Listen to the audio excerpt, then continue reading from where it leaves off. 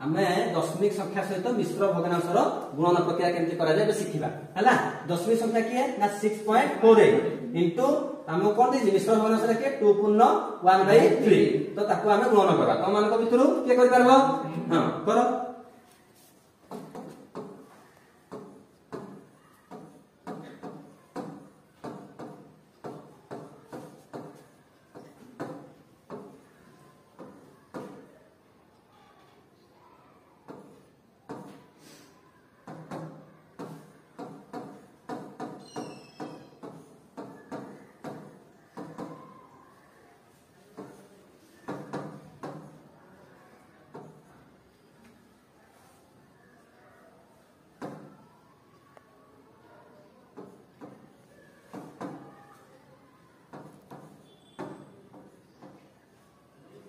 हेगला बोले उत्तर ठीक अछि 15.12 हला।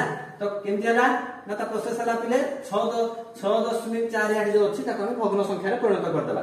तो 648 भाई केते हला 100 इनटू एडा इयो केते अप्रकृतर प्रकाश करले 3 दुणे 6 1 7/3 इज इक्वल टू काटी देला 3 रे 216 गुणन 7/100 तो 216 को 7 रे गुण देले 1512 हला से मोह में केते कर देला आ ये गला केते 100 तो 1512/100 केते हबो ना जेतु हरण रे हम केते जुडे सुन अछि दुईटा अंक छाडी रे हम दशमिक बिंदु दबा लबरे कोडे लबरे आंसर हबो हमर 15.12 हला।